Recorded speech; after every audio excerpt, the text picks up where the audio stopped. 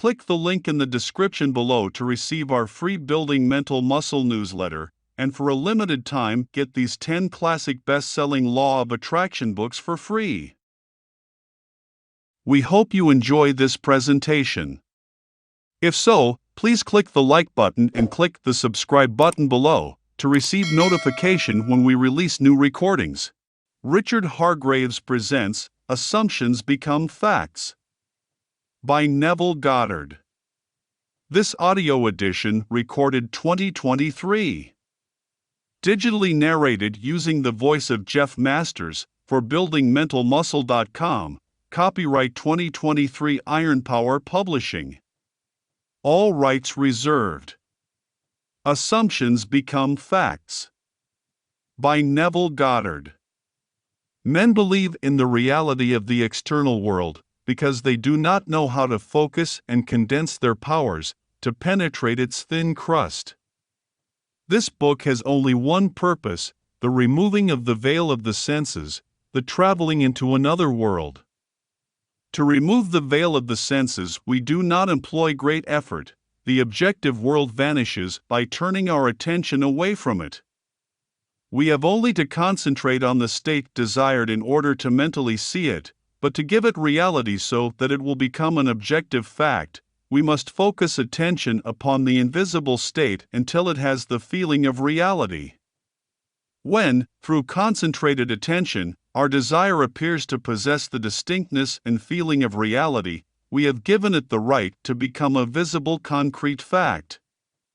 If it is difficult to control the direction of your attention while in a state akin to sleep, you may find gazing fixedly into an object very helpful.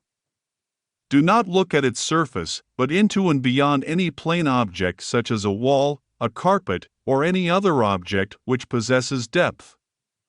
Arrange it to return as little reflection as possible.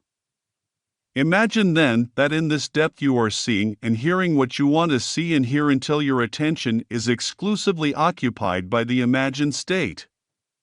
At the end of your meditation, when you awake from your controlled waking dream, you feel as though you had returned from a great distance.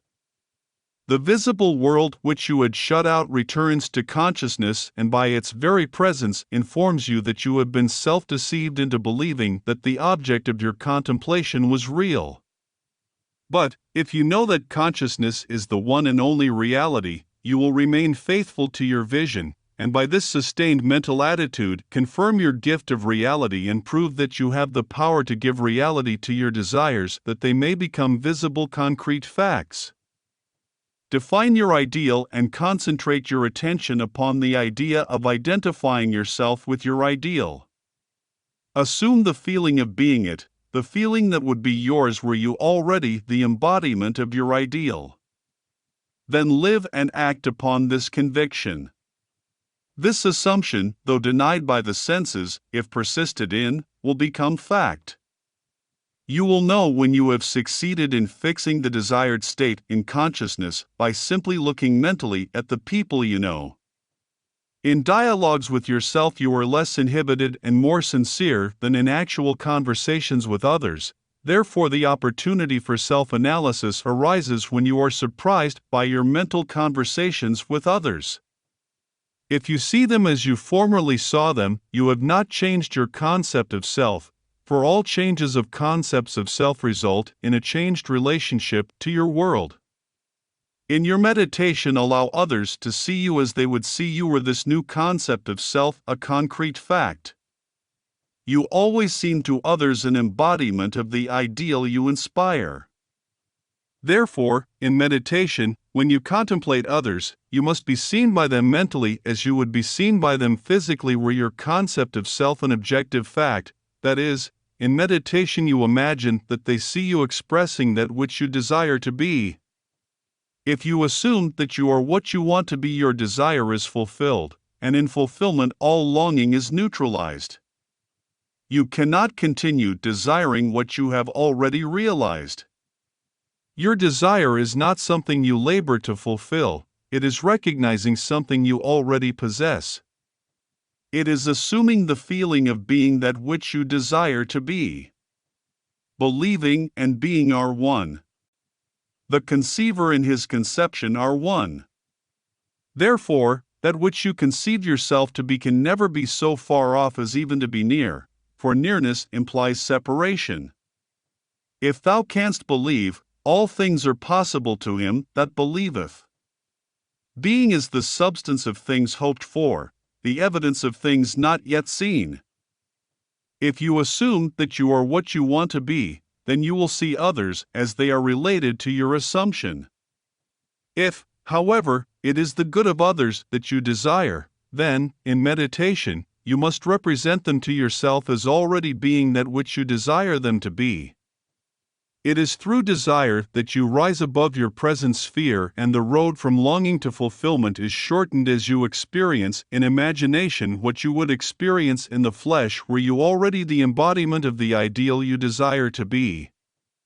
I have stated that man has at every moment of time the choice before him which of several futures he will encounter, but the question arises, how is this possible when the experiences of man, awake in the three-dimensional world, are predetermined, as his observation of an event before it occurs implies?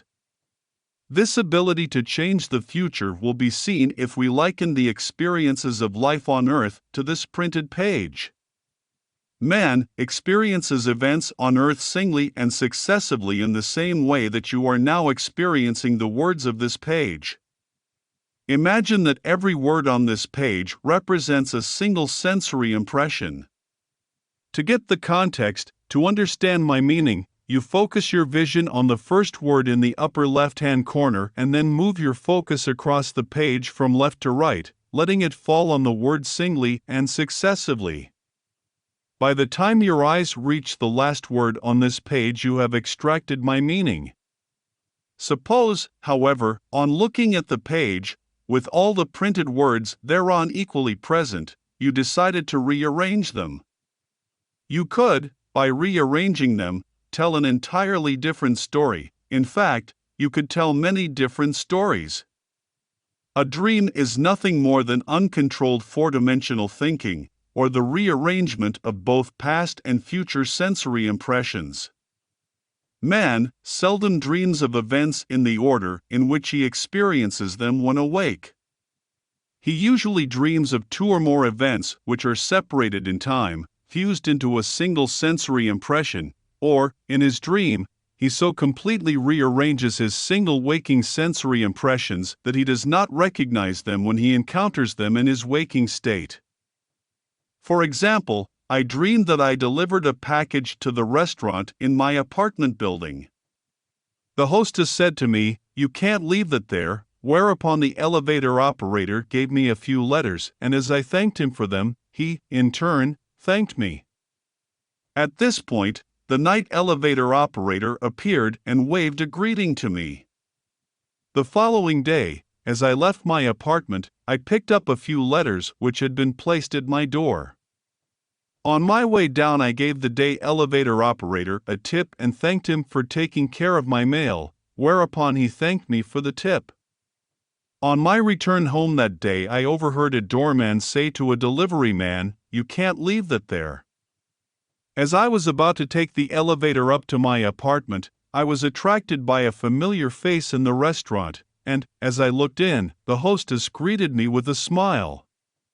Late that night, I escorted my dinner guests to the elevator, and as I said goodbye to them, the night operator waved goodnight to me. By simply rearranging a few of the single sensory impressions I was destined to encounter, and by fusing two or more of them into single sensory impressions, I constructed a dream which differed quite a bit from my waking experience. When we have learned to control the movements of our attention in the four-dimensional world, we shall be able to consciously create circumstances in the three-dimensional world. We learn this control through the waking dream, where our attention can be maintained without effort, for attention minus effort is indispensable to changing the future. We can, in a controlled waking dream, consciously construct an event which we desire to experience in the three-dimensional world. The sensory impressions we use to construct our waking dream are present realities displaced in time or the four-dimensional world. All that we do in constructing the waking dream is to select from the vast array of sensory impressions those which, when they are properly arranged, imply that we have realized our desire. With the dream clearly defined, we relax in a chair and induce a state of consciousness akin to sleep, a state which, although bordering on sleep, leaves us in conscious control of the movements of our attention. When we have achieved that state, we experience in imagination what we would experience in reality were this waking dream an objective fact. In applying this technique to change the future, it is important always to remember that the only thing which occupies the mind during the waking dream is the waking dream, the predetermined action which implies the fulfillment of our desire. How the waking dream becomes physical fact is not our concern. Our acceptance of the waking dream as physical reality wills the means to its fulfillment. Let me again lay the foundation of changing the future, which is nothing more than a controlled waking dream. 1. Define your objective, know definitely what you want. 2. Construct an event which you believe you will encounter following the fulfillment of your desire, something which will have the action of self-predominant, an event which implies the fulfillment of your desire. 3. Immobilize the physical body and induce a state of consciousness akin to sleep. Then, mentally feel yourself right into the proposed action, imagining all the while that you are actually performing the action here and now, so that you experience in imagination what you would experience in the flesh were you now to realize your goal. Experience has convinced me that this is the perfect way to achieve my goal. However, my own many failures would convict me were I to imply that I have completely mastered the movements of my attention. I can, however, with the ancient teacher say, this one thing I do, forgetting those things which are behind, and reaching forth unto those things which are before, I press toward the mark for the prize. End of lecture. If you enjoyed listening to this recording, please click the like button and click the subscribe button below to receive notification when we release new recordings.